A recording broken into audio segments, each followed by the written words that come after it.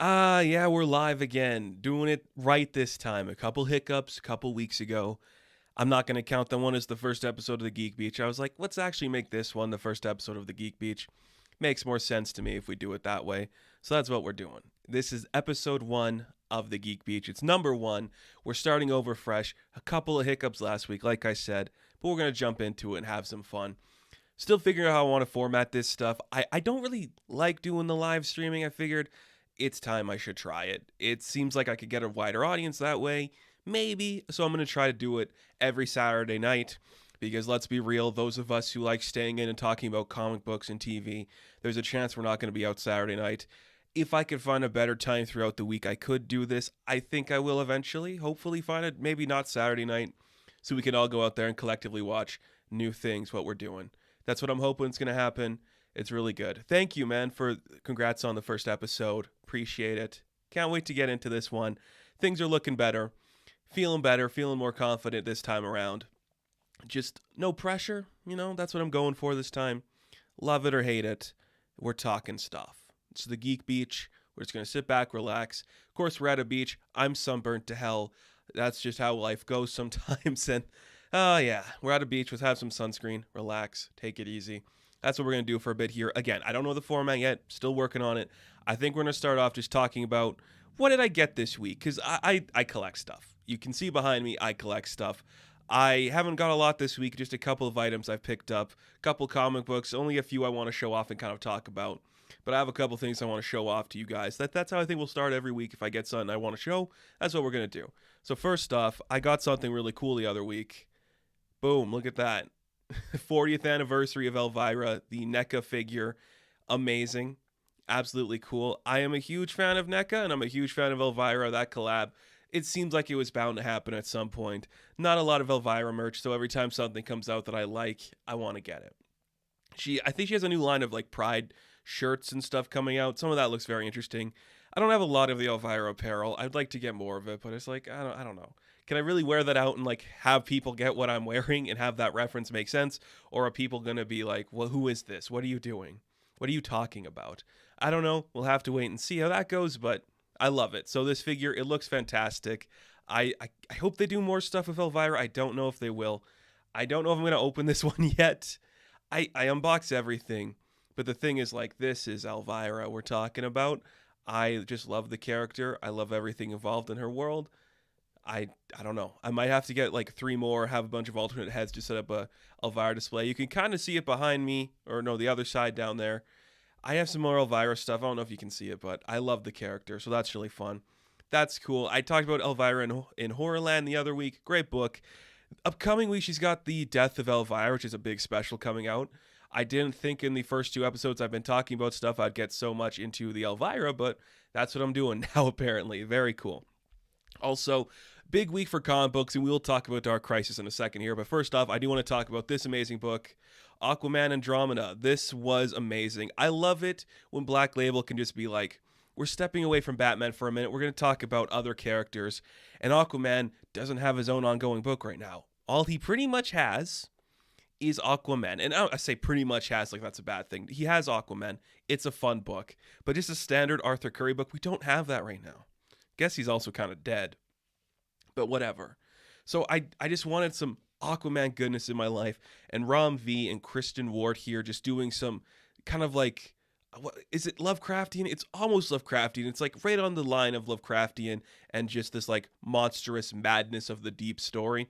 It's very cool. Essentially, Aquaman Andromeda, if you haven't read the book, is there's potentially a first contact that could be happening with this creature that lives in the depths of the ocean. The governments of the world get their specialists to come in and talk about it. And as they're doing that, we see how Aquaman's going to be affected by it and how Black Manta's going to come in and clash heads with that. It's a really cool book. It looks spectacular too. Like, Christian Ward is a fantastic artist, and you just get like, look at the cover. It's just gorgeous. A really different kind of like corally Aquaman. You're getting a real sense of horror here because that's what Ram V is known for, and it looks fantastic. It feels fantastic. I really like it. It's a fun book. It did get a little slow and kind of dragged in the middle, I felt, but I do think eventually it's going to find its footing, pick itself up. It's only 3 issues. I think it's going to be a really fun, satisfying read that I'll get into a little more depth on later as the story progresses. But that's just pretty much where we are with that. And I like these big editions of the Black Label stuff. I wish they did more stuff like this. I wish more books should choose this format when you have a special artist on board. I understand why The Human Target isn't like this, but just imagine Greg Smallwood's artwork looking like this. That would be spectacular. It looked fantastic. I have a huge stack of these books piling up now. I just love this size for Black Label because that's what makes it feel different. That's what makes it special and unique. It's just like that size. And I just wish they spent more time focused on that. I get why they don't. I just wish they tried something new with it. Maybe we'll see what happens. We'll see. Could be special or not. I like it. So those are some of the things I bought. Not a lot going on. I'm pretty busy half the time now, so I can't really go out and like go shopping. A couple months from now, there is a convention in the city I live in. I think I'm going to like do a big video talking about that when I go. So stay tuned for that in the coming months. I'll probably forget about it, but just stay tuned for that. Something I did say in the first episode of the Geek Beach, which is now episode 0, is I wanted to talk about Obi-Wan Kenobi and The Boys because I'm not doing series reviews for those or episodic reviews. So it's like, this is a format to talk about it in a segment I'm calling Obi-Wan Kenobros. Kenobros? No, it's Obi-Wan Kenoboys. That's what it was. It just rolls off the tongue better as bros. Obi-Wan has been fascinating to me.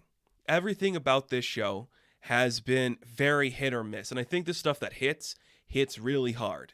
Like, there are certain things where I'm like, yes, that third episode where you see Anakin realizes, oh, this is Obi-Wan. I'm going to go kick the shit out of him a little bit, turn him into a fire pit, burn him alive, scar him for life. I'm going to go do that and mess him up.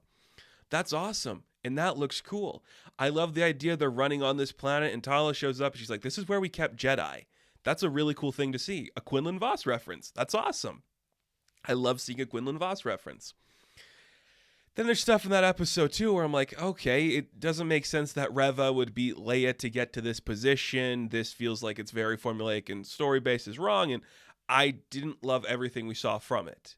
But that's Star Wars, ? Like, you're not going to love everything Star Wars does. I can understand that. But it's still just like, okay, I feel like we're missing the grasp of what makes this special right now. We're doing something that isn't great for Obi-Wan, and it's focused on weird things. And look, this is nothing against Moses Ingram. I think she's fantastic. She has an Emmy nomination, and I don't. I can't criticize her for anything she does. And I said this last time, too. That character is built to be hated, and that's a problem I have with that character, where it's like you clearly knew what the audience reaction was going to be from a certain group of people. It makes sense that Star Wars prepared her for that, but it also sucks that they couldn't do something different. I don't know. And Reva's a character, well, I don't think is interesting. I respect her place in the world. So that third episode had some really interesting moments in it. I just enjoyed seeing those. It made for some great television. Then episode 4 this week. Oh, that really wasn't interesting, was it? I don't know if it's going to stick the landing, this Obi-Wan show. And I guess there are already rumors talking about a second season because, you know, it made a lot of money. But I don't know if it could stick the landing. I really don't think it can, if I'm being completely honest. This episode was pretty bad. And not just because, like, oh, it was formulaic and nothing. It was the shortest of the bunch, which I understand is fine. 30-something minutes, that's okay. But it kind of just, like, we get Leia and leave. There was no real stakes to it. Nothing really interesting happened. And it did lead me, though, to a theory I am having. So I have one theory kind of based on what we saw in this season and based on things people have said in the real world. This is my theory for Obi-Wan Kenobi as it stands. O'Shea Jackson Jr. has kind of like he's defended Moses, and he's like, she's great. The show's great. People aren't complaining about Lando, so why are you complaining about Reva? And he also said in a comment like, wait until people see my character. And then we see his character in this episode, just some guy that works for the rebellion, I guess. Or is he? He mentions he had a wife who had Force-sensitive powers. Now, what I think about that is, okay, he had a wife, he's familiar with the Force. Okay, what could that mean? It led me to this theory. I kind of heard some people talking about it. I saw it somewhere. I think it was on Reddit somewhere. And I just was like, I kind of played with it a little bit myself here. So my theory kind of stands for Obi-Wan that Reva is a spy. And I think that sucks because I'm like, oh, that'd be so boring. You can't have this character actually be a villain or be bad. But I think she is O'Shea Jackson Jr.'s wife. whether she's good or bad, I think that is the wife he was talking about. Because that would make sense to me. Like, that's a woman we are prominent in knowing, who is force sensitive, who could potentially have grown up in the era of Order 66, or could potentially be older. We don't really know her age per se, but there could be some connection there. Maybe he's also force sensitive and he's hiding it. Maybe he's actually Quinlan and he's hiding his identity really well. They do have similar traits, O'Shea and Quinlan. They have some stuff that look similar, but I don't think that's the case. I think Obi-Wan would have picked up if he was Quinlan. But I do think Reva was his wife, and I either think like she turned bad, was manipulated by the dark side in this vengeance path for Obi-Wan, or she's a spy, and getting Obi-Wan is just kind of like, hey, I'm trying to help you. You got to trust me on this. If you don't, things are going to go bad for everybody. So there's a couple things I like in this show, a couple things I don't like. One of the things I hope they fix in the coming episodes is everything going on with Hayden Christensen. And I say that because you really worked hard to get him back. He's been in maybe one scene where it's just fully Hayden Christensen, where he's standing on the side of a rock. That was kind of cool, but really? Is he doing the Darth Vader? Is he in the Darth Vader suit? And by the way, look, I have problems with what Star Wars is doing with AI voices. I really, really don't like it. I can get behind it slightly more for the things they're doing with James Earl Jones, because he's supposed to sound like a robot. Darth Vader is essentially a robot. But I really hate it. I really hate it. I know he's 91. You can't do it. It is just crossing a fine line that I don't like. I am not somebody who supports resurrecting dead actors for coffee commercials or manipulating the way somebody looks and de-aging them. I hate that. It's so weird, and I don't like what that could do to Hollywood, because then people will be mad with power. And this is a fine line between it. And can I accept it? Yeah, if James Earl Jones was like, I can't do the voice, here you go, here's my rights, you can do it that way, I'll support it if he's okay with it. But if it was just like, we're going to put his name on it and pay him for this, I don't know if I like that too much. It just feels weird. It doesn't feel natural. And they did it with Luke and Mark Hamill, and that was weirder too. And I don't like the way that feels. I don't like what that means for this story. And again, it's like, why do we have Hayden Christensen here if he's not going to do anything? I know people are like, we're going to get flashbacks to the Clone Wars. Are we? Does that seem like the story we're headed? I don't think it is. I don't think we're headed anywhere towards those flashbacks, because it's not what we're here to see. I will say, though, Zach Braff as Freck was amazing, and he just like, that is such like a real world horror where it's like you see somebody in the real world with a flag on their truck you don't like. If you see that in Star Wars, like, that's fucked up, man. That's really cool. That made me smile. A weird mole creature. We need more things based on animals in the real world. I really hope, I know it'll never happen, but I really hope somewhere in modern Star Wars somebody's like, we can make Rip Tamson and that species look good, so let's make some weird shark people. I want that more than anything, really. That would be so cool. Because we could do it now, so why don't we? Why does everybody just have to be a human? What about shark people? I don't know. I hope it gets better. 2 episodes left. I hope it's worth it. And speaking of worth it, the long-awaited return of The Boys is here. 4 episodes in. We got the first 3 last week, which were speedy and fun and interesting. We got 1 this week. And this show came out firing on all cylinders. It's really impressive what this did. I will never not be amazed that this team took that really shitty comment from Garth Ennis and said, what if this was good? That it blows my mind, because that story in the comics is so miserable and hateful and vindictive, and it's like touching shit. You just don't want to hold it or read it or adore it. And it's like, what if we made this like the top show of all time, and it just got renewed for a 4th season, and it's getting a spin-off, and we're probably going to bring in more character actors that you like to do roles that you're going to fall in love with. That is so impressive that The Boys can do that. And just getting back into the swing of things, it works well. Things start off like they're going great. Huey's working for this agency that they're tracking down Soups. Everything's going great. Butcher and his team are working for him. Then we find out that the person, the head of the organization, is actually corrupt. I just adore seeing that, where everything is about money and finance and power, but it's also kind of about like respect and admiration in some weird dark ways. I think that's doing a really good job of that. It plays with some great themes. I just love the way that like that organization. My favorite part, I think, so far for the organization stuff comes from the most recent episode that dropped, where they do like, oh, was it Kylie or Kendall? Which Jenner girl did that stupid Pepsi commercial where she jumps in front of like the rioters and she hands them a Pepsi? They do that with A-Train, and I'm like, yeah, you know exactly what you're making fun of, because that's the character A-Train would be. That is the kind of story they would tell in this world, and I think that's hilarious. Just making fun of organizations, making fun of Pepsi for thinking that's a good thing. Let's make an A-Train Coke and just be like, this is dumb. Look how silly we are. And by the way, like A-Train's story in this entire season is incredible. That they actually gave this character agency that I don't think anybody expected. Like the guy is dealing with shit. He's dealing with stuff. And he's like, I maybe want to help my community and maybe want to get back to helping people. Is that what I want to do? Or am I going to be a bitch to Homelander? And it turns out we know exactly what he's going to do. Be a bitch to Homelander. And that's another thing he's doing great. Like, that's the thing about The Boys. Like, it really found like we're going to make fun of the cis white male incel crowd and show you how weak and pathetic you are. Because once we talk up Homelander's ideas, like, I can do whatever I want. I'm so cool and important. You're all weak and nothing to me. His ratings shoot through with males. A certain type of man, exactly. And again, that makes so much sense. Taking those people down, like, of course, those are the people who are like, yeah, Homelander would be like an asshole if he was real. Like, that makes more sense than Clark Kent. Like, those are the people that would believe that. Those are the people that got Todd Phillips and Joaquin Phoenix to do a second Joker movie that's actually happening. Like, that's where we are. And I believe that. That feels realistic and authentic, that if this guy existed saying those things, that is the audience that would support him, because there's kind of some presidential figures that talk like that sometimes, where they're untouchable. Maybe they should be hurt. Just saying. Kind of interesting. I like where that's going.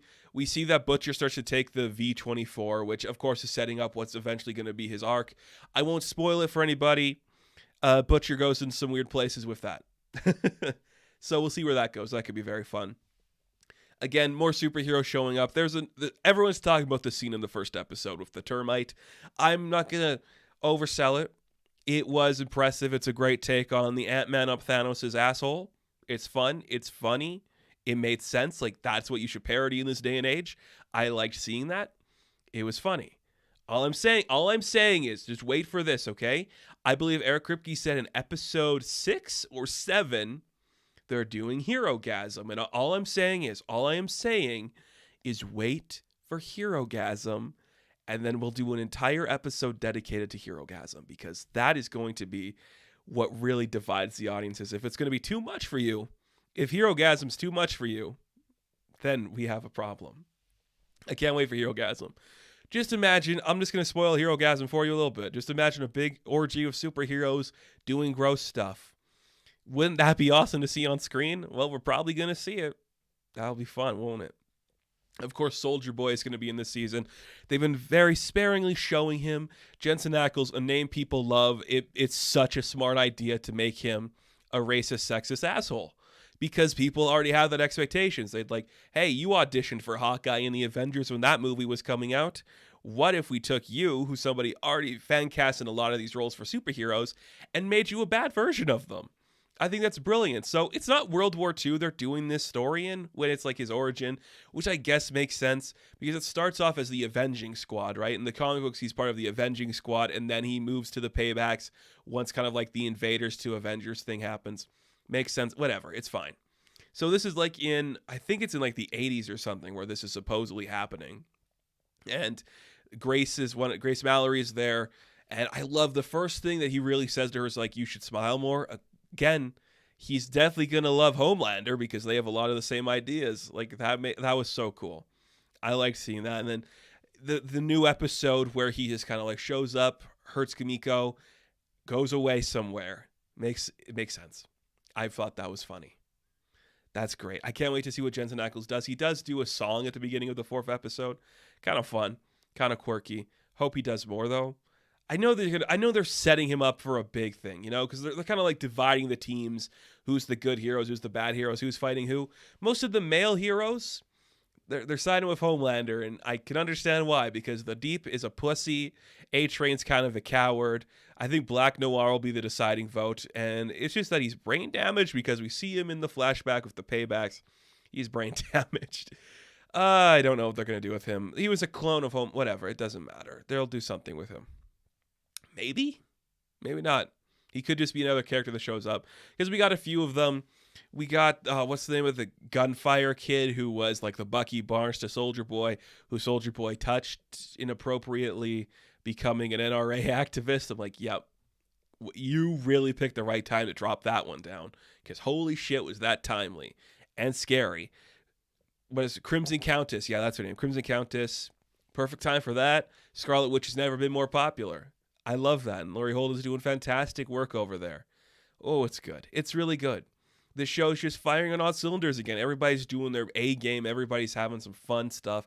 I love it so much. Like, The Boys is really on track to be like that surprising hit show. But it shouldn't be surprising anymore because it's 3 seasons in and people are loving it. They're adoring it. It's really impressive, and I'm so glad it's stories better than their comic book counterparts. I know some people don't like that, but it's true. We can actually take these stories and make them better than comic books. There's some recent stuff where that happened. Things I think characters in Moon Knight really did that better. Some things in Obi-Wan really shined bright. And there's some where check that out after this or right now. I don't really care when you check it out. It was really good, and it did something I wasn't expecting, and that really was just have emotion and feeling to it.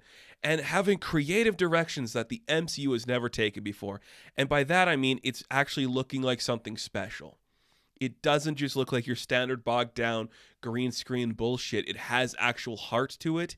It has emotion. It has flair and style and passion. And you don't see that enough in the MCU. I'm sorry, you just don't. There are stuff that I like. It looks. Ragnarok has a brilliant look. Guardians of the Galaxy has a brilliant look. None of them compare to Ms. Marvel. I'll stand by that until something better comes along, but I don't know if it will. There's style, there's tricks with the camera and the way cartoons move around it. I compared it to Lizzie McGuire. I know that's a weird comparison to some people who have never seen Lizzie McGuire, but I'll talk a little bit about Lizzie McGuire for a second. In that original show, Lizzie McGuire, they had a reboot. It failed, probably because iCarly said that this doesn't work, but they're still making iCarly for some reason. In that original show of Lizzie McGuire, there's a cartoon version of her that appears on screen sometimes, acts out certain scenes, but it's also like a coming-of-age story about a girl and her family. That's what Kamala Khan is experiencing in this show. It's really cool. It looks great, and Amon is doing fantastic. Oh my goodness. Like, that video just came out with her where she was like, listing all of like the MCU movies as she gets to the end, and the one she forgets is Captain Marvel.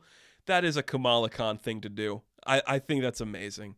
She is such a talented young actress, and I cannot wait to see what else she's going to do in this universe and maybe outside this universe. I feel like she could find a nice, this quiet project to work on. Be really fun, but she was fantastic. I'm very excited to see where this goes. I do think they'll do the Inhuman thing. Like, that's where I'm at. I think we're going to see the Inhumans show up at some point in some capacity, not like on screen. We'll get reference to Terrigen Mist. We already know Anson Mount's back, so put him somewhere, please. Oh, that's a story for another day. I also did a review talking about Strange New Worlds. In that, we see Anson Mount shirtless for a minute. Dude is looking ripped for a guy nearly 50. And he also looks like reasonably fit. Not like he's grossly fit, like The Rock. We'll talk about that in a second here, too. He just looks like a 50-year-old man who is cut and has the best hair in the game. Like, look up Anson Mount's hair in Strange New Worlds. It's the best hair you've ever seen. And I think it's his real hair. It looks incredible. It looks amazing. It's blowing my mind. I love it so much. That last episode was interesting. Not my favorite, but still pretty cool. Okay, let's talk about that. Black Adam trailer came out. Was it good? I would argue it was okay. So this has been in development for like 15 years. I think since 2007, Dwayne Johnson has been wanting desperately to do a Black Adam movie. For the life of me and for the life of everybody at Warner Brothers, I can't imagine why. Maybe because he knows he can't realistically play Superman and he looks nothing like any other character. So sure, Black Adam's the one to go. We finally got the trailer for this movie that's coming out in October. It was a very interesting trailer. And for starters, I liked the way it looked. It looked very interesting. It looked like Black Adam, which it should because it's a Black Adam story. But it's like the way he moved, the way he talked, it was Black Adam-y. The dialogue was Black Adam. Dwayne Johnson, is he Black Adam? Can he pull it off? I think that's yet to be determined. And you could clearly see where it's like, we can't have you like fully be a villain. You're going to have to kind of be a hero. Why? Why? I think Dwayne was like, let's go crazy here. Let's actually get dark and disturbed. But they kind of scaled it back a bit. Because I know it's like controversial and kind of like a weird time to do it. But you can do a story about a slave rising to power in this day and age. And I think if you were to do that in terms of like a comic book, it would be easier for people to digest. It might give kids a little more like, hey, maybe I should look into this a little bit more because it's pretty fucked that this happened in real life. I think that's something that could be explored. I don't know if it will. It's just something they could look at. It's something they could do. But again, it's Dwayne Johnson. He has to hit a certain quota of how he looks on screen. I don't know if they'll do that. What a weird tint this movie has. It's like that tint we always gave to when we go to Mexico. Everything's like really yellow. It looks weird and it doesn't look clean. I don't enjoy that. Oof, rough a little bit. But I think, yeah, if it's in Kondak half the movie, I'll allow it. We also get our look at the Justice Society. Yeah, a lot of interesting choices in here. First off, Hawkman looks amazing. That suit looks great. All this is a great choice. I'm loving the way that looks. Perfect. Noah Centineo, or whatever the hell his name is, as Atom Smasher. For some reason, this has become controversial where people are like, he's Deadpool. Like, are you serious? You've seen one still where he's got a mask similar to Deadpool, only in design of like a texture, and you think he's Deadpool. Grow up. And he's not. Atom Smasher looks amazing. I cannot wait to see how that's going to play off. I really liked Cyclone. She didn't get a lot of play, which kind of sucks. Your female-led character should probably be focused on more in this trailer, but again, Pierce Brosnan is Dr. Fate, so who cares? Because, oh my goodness, did he look amazing. He looked amazing. That's it. That's what you want from this character. That's exactly what you need. What really upset me, though, was like the effect they gave for Dr. Fate in the trailer, where it's like kind of mirror dimension-y things, very similar to what happens with Doctor Strange. I don't like that. I kind of wish they were like, we could move away from the Doctor Strange aesthetic of magic and maybe come up with our own aesthetic for the magic. It just kind of sucks that's where they went. But again, it's one shot in the trailer. I'm hoping it'll pick itself up and find its footing later. I hope it's good. I hope this movie's good because I want a good Black Adam story. There is a character there to explore, and since we're not going to be doing like the Black Panther Wakanda thing with Atlantis and Aquaman anytime soon, he's your next best bet. So, okay. Also, sticking on the world of DC for a minute, the Batmaning of Wonder Woman will be coming out tomorrow. I just recorded that video. Very fun. Speaking about incels, wait for that video. That's cool. So, yeah, there you go. Joker 2, I talked about. Get fucked. Nobody wants a Joker 2. How can we have a sequel to Joker? That movie ended with, like, him in... Gotham... What was the end of the Joker? No, he wasn't in the hospital at the end. That's, like, throughout the movie. That ends with chaos in Gotham. Who cares? Don't ruin Harley Quinn by attaching her to Todd Phillips. I really think, like, he would ruin that character. Oh, I'm worried. I'm really worried. Please don't do that. Please don't do that. Please don't ruin that character. It's all the TV I pretty much got. I know some of those things weren't TV, but there was a big movie that came out this week, Jurassic World Dominion. Haven't seen it. Thought I bought my tickets for yesterday. Bought them for today instead. So after this recording, and after you watch this live, I'm going to go see Jurassic World Dominion, and we'll come back and talk about it next week. That being said, a lot of bad reviews. That gets me excited. That makes me think, one, they're going to do something stupid and brave. And I think that's awesome. Do something fucked up. I want to see something stupid in this Jurassic World universe. I hope it's interesting.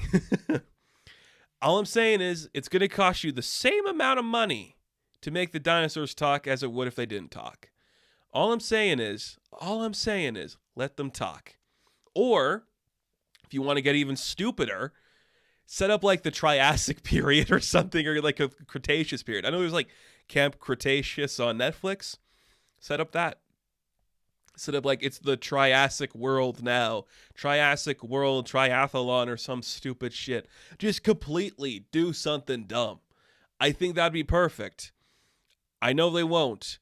I just remember Colin Trevorrow talking about the new dinosaur they introduced is like the Joker. He's out for anarchy.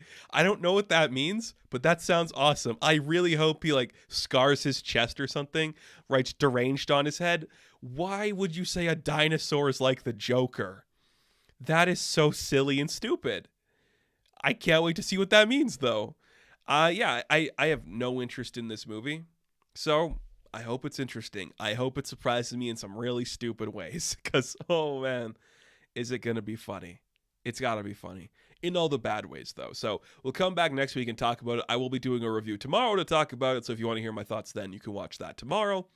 But there you go. I also watched Crimes of the Future, the David Cronenberg movie. Did a review on that. It's doing okay on the channel. Weird movie, not for everybody.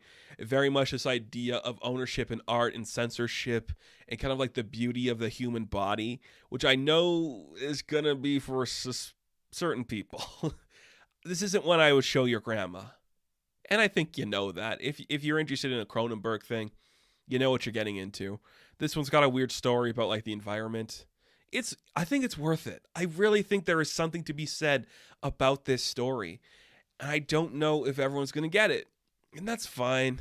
It's Cronenberg, but I get it. So there we go. Crimes of the Future. Next week we got Lightyear. Yeah. I guess they showed off Strange World too. Disney showed off the first look at Strange World. I have some hesitations. I like the idea. I like the aesthetic for the first couple seconds of the teaser. And then it fell into the formulaic trap that we've seen a million times of the brah, brah, brah, of this like the stupid noises you see in a trailer. The needle drops. I hated it. I hope it's good because I want animated science fiction to look campy and silly. It doesn't have to look perfect. And that's my problem with Lightyear, but we'll talk about that next week when I see the movie. They also had the premiere of Lightyear, so Chris Hemsworth, the other one, Chris Evans did that dog interview thing that everyone's gushing over. Cool. I don't really care. I hope Lightyear's worth it, though. But Elemental sounds more interesting. I think that's their next one after this.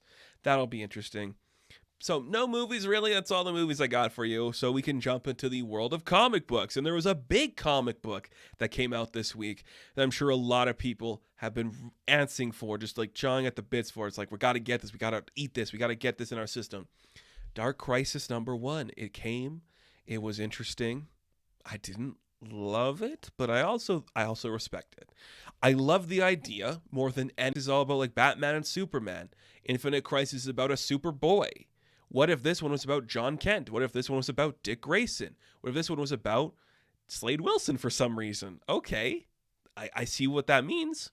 It's interesting. So yeah, the Justice League is dead at this point. We all knew that. Issue 75 of Justice League was the death of the Justice League. They're all gone, or so we think. Maybe Pariah has them in a weird bubble later. That's neither here nor there. That's just something that's happening currently. So that's kind of fun, I guess. Is it? Yeah, it's not unfun. And then we just see Dick gives a huge speech. He's like, I was the first sidekick. I launched all of you to come here. This is where we are now. I have Duties of Titans Academy, that book that ended that nobody really liked. So I guess I can go be a lead in this book now. But the rest of this story is John Kent being like, I actually think we should form a Justice League, and I'm going to pick the people that don't get the play that they normally get because I'm Joshua Williamson and I'm going to write Frankenstein. Look, I can't hate this Justice League team. It's campy and dumb. Okay, Booster Gold, Blue Beetle, the other Blue Beetle, Frankenstein, Harley Quinn, Damian Wayne, the Aquaman Jackson Hyde is in there. Who else is there? Supergirl's on it. Killer Frost is on it. Dr. Light's on it. It's a weird Justice League team, but I kind of like it. You know, like there's something to be said about this being the new Justice League. If they're all gone, why not some of the legacies? Why not the ones who care? That's kind of interesting. I also like that Black Adam's like, this is a bunch of kids and idiots. What are you doing? You're not your father. You can't really be your father doing this crap. You're not winning at this. You're actually losing. Oh, I like it. And he's just like, I'm just going to go back to Kahndaq and fix my shit. So good luck with your weird Justice League team. I'm staying away from it. In this issue, we also see Slade Wilson assaults Titan's Tower. I guess it's Titan's Academy now, but whatever. That book was pretty bad and nobody really read it. I have a lot of problems with that because I don't think Slade's a cool character, but I know that's the point of this story, where Slade is a piece of shit. That's the point of his character. I still can't get over the fact that everyone is just accepting that canonically Slade is still a pedophile. He's still canonically in universe did that shit to Tara. I'm like, why are we still doing that? Why can't we like shoo that away? I know Shadow War was trying to do something where it's like Respawn is a Damien baby that's Deathstrokes. It's so boring and dumb, and that kind of sucked. But Slade's like, look, the Justice League are gone. Everyone's in a bad mood. Let's just go kill the Titans. So hundreds of heroes flock to, not heroes, hundreds of villains just flock to Titans Academy, wreck shit, kill them. We literally see him shoot Beast Boy in the head.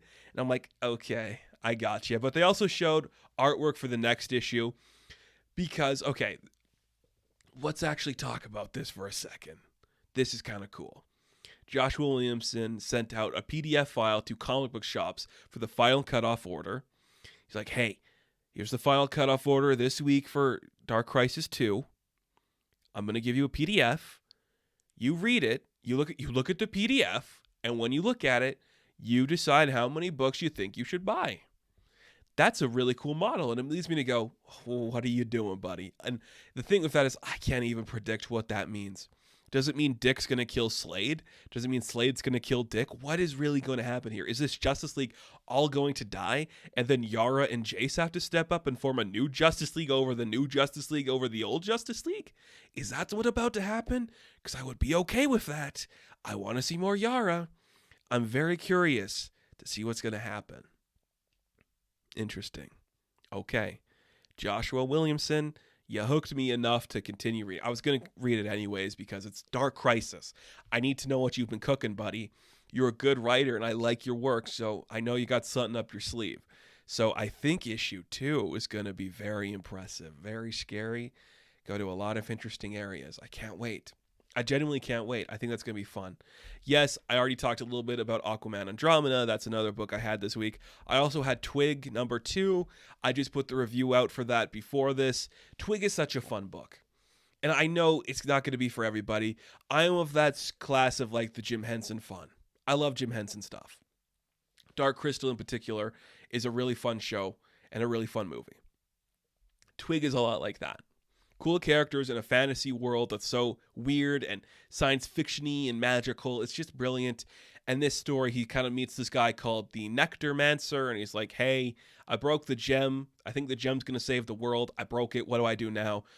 The Nectarmancer's like, go to the moon. You got to get the parts on the moon. So he's going to the moon. I'm like, okay, that's fun. I dig that. That's really interesting. I like it, man. I like that a lot. We also... This one's just kind of personally for me. Look, I talk about stuff I want to talk about on this channel. I also do things I know we're going to do bank. This one was for me. Barbarella number 10. That's right. There's been an incredible Barbarella run that everyone's been sleeping on. I'm telling you. Last year, it was in my top 10 comics of 2021. This recent Barbarella book is phenomenal. Phenomenal. Absolutely brilliant. Breathtaking in its beauty and its story. And this is like the final issue for that arc. It is coming back in October. I thought it was over. They kind of said this issue 10 would be the end. I'd like to think I played a little part in getting this book to come back. I know that's not true. But I'd like to think I've been consistently talking about it for a year now. Maybe that did something. It didn't, though. We defeat the Benevolence. She kind of gives up when she realizes what she's done to herself and to the world.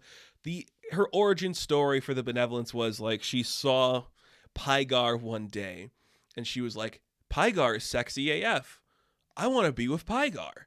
And then she sees that Pygar is with Barbarella. And she's like, so if I look like Barbarella, I can get with Pygar. But with great beauty comes great power. And with great power comes ultimate evil. And with ultimate evil comes you taking over the world in the image of the most beautiful woman in the galaxy and destroying everything, including yourself.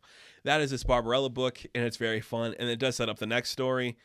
Oh, it's good. It was really fun. A very fascinating story. I just like to see. I just like that shit, you know? A good Barbarella book can really change your heart on a lot of things, can it? Very fun to see that. Very impressive. Everything about that was really cool. A great week for nerd stuff, man. There's a lot of good stuff coming out. We also had Superman and Lois this week. Not my favorite episode, but I was like, okay, I see what you're going here. 2 episodes of that left. Yeah, I'm doing reviews of those. You can check them out when the time comes.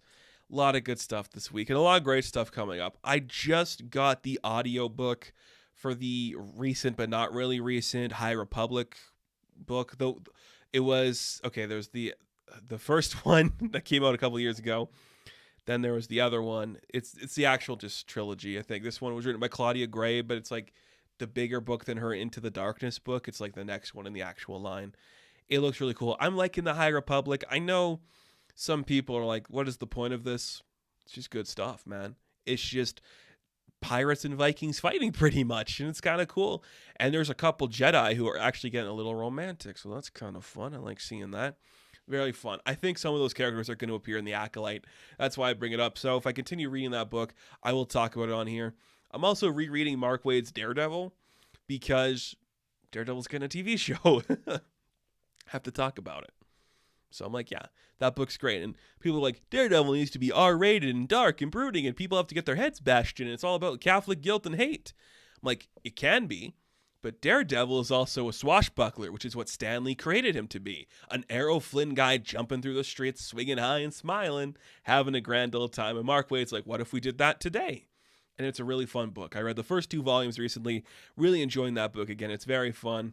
We also have another look at Sandman, and I will be talking nonstop about Sandman until the release of this show.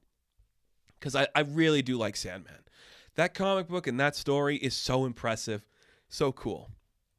The thing is, I'm really worried about the show. I'm very worried about the show, and I feel like it's going to miss its mark a little bit, you know? I feel like it's going to get canceled early, and I really don't want it to get canceled early, but that's just what Netflix does. So August 5th, all those episodes drop. I was thinking about doing an episodic review for them. Episode 1 review, Episode 2 review. I'll see what you guys think on later, and we'll get back to that and talk about it more. But as it stands, that's kind of where I'm at with that, because it's important. And I don't know if I'll talk much about the Sandman, but I want to, because it's such a good book and it's so interesting. Very fun stuff. Very fun. Very fun. And then we got another big week ahead of us. Like I said, coming to the channel soon, a review for Lightyear, a review for The Black Phone, which is the movie that Scott Derrickson did after he left Doctor Strange. So I can't wait to see what that's going to be. Also, The Offer is ending next week, which is the story of The Godfather. If anybody's been following me on Twitter, you know I have a lot of thoughts about that show. So many thoughts that I want to save this story, but I feel like I should tell it now. Juno Temple's in this show, and she plays a certain character that they are so pushing for to be like this powerful, badass woman that in every scene she is like the coolest person and she's the toughest person. And I'm like, you can really feel the diminishing returns of this character from the moment she steps on to the moment she comes off, because every scene she is in is so forced for that character. And I put that on Twitter. I put something like those comments on Twitter, and a Juno Temple fan page started yelling at me. I was like, wait till you see what she does. If she was in the Mafia, she'd come for you. I'm like, it's just a show, and it's just the character she's playing. It's not an attack on Juno at all. I love Juno, but look at what she's doing. It's so bad. So I can't wait to talk about that. The Geek Wave, the upcoming week, it's going to be a fun one. You can't see it, but up here I have a collectible of SpongeBob SquarePants. And this week on the Geek Wave, we're going to be talking about SpongeBob SquarePants. Wait till you see what that one's going to be. Also, Movie Tales will return. We'll be talking about a dinosaur movie. I'm not going to tell you which one, but we'll be back with that. Or we're back, right, with that dinosaur story. Take that as you will. And again, Miss Marvel, Obi-Wan, The Boys, Superman and Lois is gone, but it'll be back. I'll be talking about all of those and a bunch of comics coming up. So that is going to do it for this episode of Live from the Geek Beach. Now, I hope as we go further along in this show, the fans can be more interactive, or some more people might want to show up and talk about certain stuff, but we'll stick to this format for now. I appreciate everybody coming out and joining us on this live stream. I feel more confident this time. I feel better about it. Everything's going great. It might be because I'm on so much antidepressants. That's a joke. I'm not. Oh, it's great. So thank you guys so much for watching this live stream. I was going to say video. This live stream. Thank you guys so much for watching this live stream. Be sure to like and subscribe to the channel. As always, you can check me out on Instagram, TikTok, and Twitter. I'm in those places, and I will catch you guys in the next one. Have fun. Stay safe. Good luck. Stay on the Geek Beach, babes. It's nice and warm here. Burns your skin a little bit, but it's worth it. It's worth it.